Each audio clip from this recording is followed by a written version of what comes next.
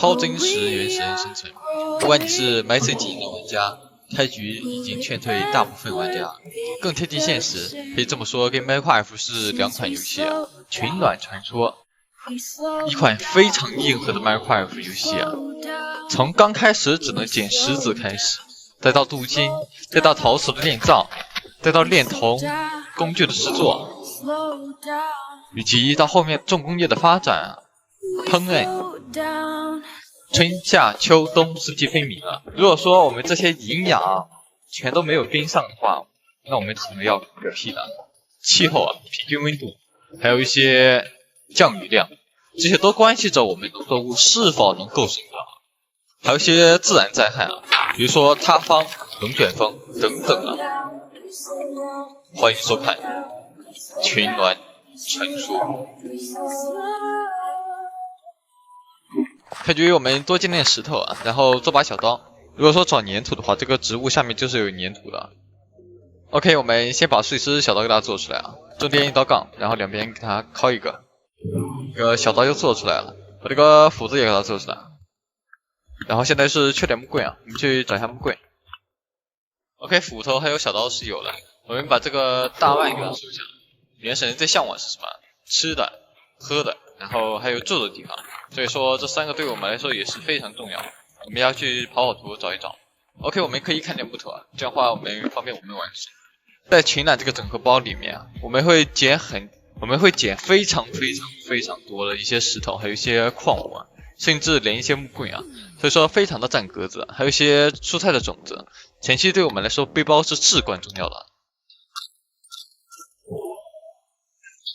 修剪草坪啊，在我们找到居住之前啊，我们可以边走边收集一些物资啊。这个是洋葱，给洋葱给它带上。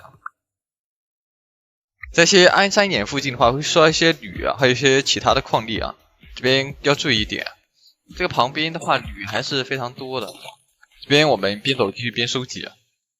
地上除了一些木棍还有树枝原石之外啊，还有一些矿物啊，这是我们前期获得矿石唯一的捷径啊。这边我们多捡一些锂质啊，以便我们晚上生火，还可以做一个钻木取火的装置啊，叫做取火器啊。一定要搞清楚啊，这个是有顺序的，3个木棍加上4个干草，最后再加一个原木啊。OK， 可以了，一定要在一个格子上啊，这边再做个起火器啊。摩擦取火，我们按住 Shift 右键对准它。OK， 我们第一个引火出来了，篝火派对啊！我们把第一个篝火给它做出来之后啊，是可以往里面添一些柴的。我们添4个柴。如果说想要火把的话，可以用木棍给它烧一下啊。这个木棍烧完之后的话，它就成火把了。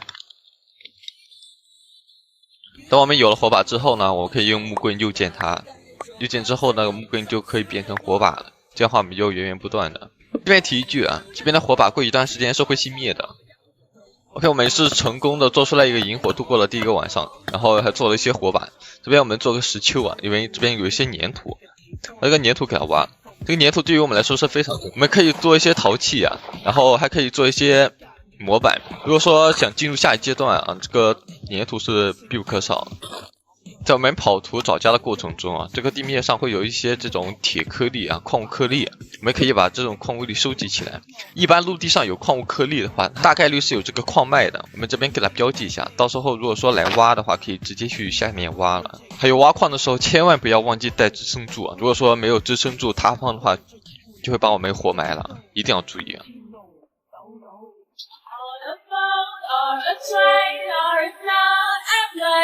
There's nothing I'd rather do. When we fly in the sky and we go so high, I've got the world with you. 回到我眼，我有的手，難得繼續困世音濕小氣頭。我有一路，清楚就我有一個，談話數來任你講。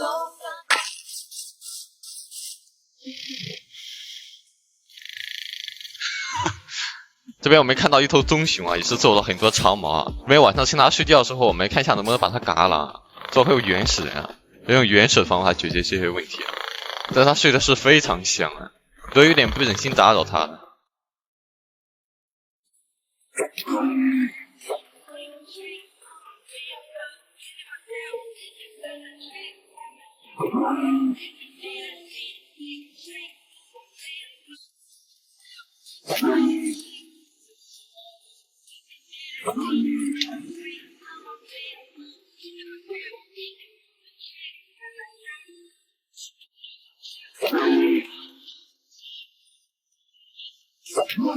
哇，还不死！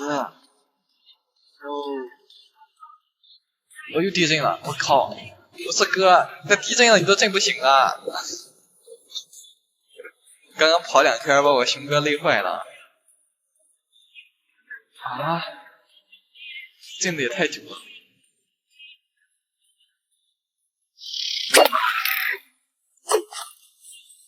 一毛，你给他拉起来。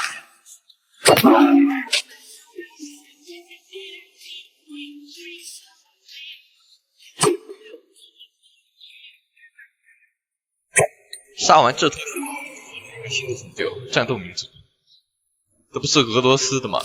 不然，我们把这个熊杀死之后，它会掉一个大块兽皮啊。之后我们来到了一个暂时可以居住的地方啊，这边有棵树啊，这个橄榄树啊，这个橄榄树没结果子，应该是还没到季节。我们就打算在这个橄榄树旁边建家了啊。这边还有一个湖啊，还是非常不错的。我们先喝几口水。火啊，把这个柴火给它添一下。我们先做一个罐子啊，小缸，陶艺大师，刀子、斧子，还有槽子，放进去，然后再放8个木头。这边我们再做一个大缸了，这边顺水再给它烧一下。同样的步骤，可以用那个火把给它点燃，但是我们还是这样。火焰杂耍者，这边要烧8分钟，这边也是。大家烧的功夫，我们把这边的地给它除一下。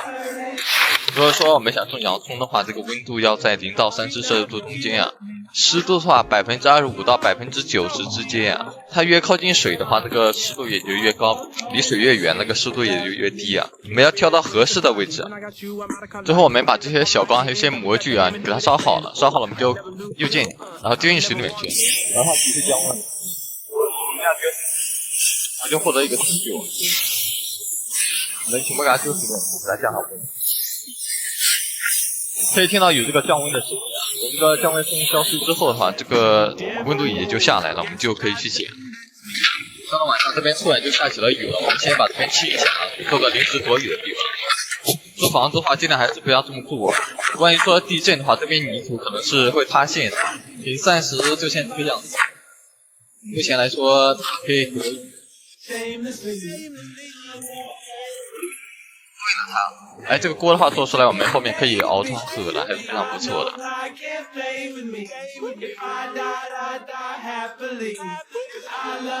之后我们收集了大量的木头，然后做了一个可以熏木炭的一个东西啊。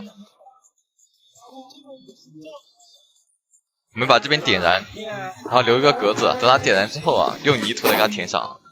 这边可以焖一下啊，要过一段时间，这里面的木头全会变成木炭了。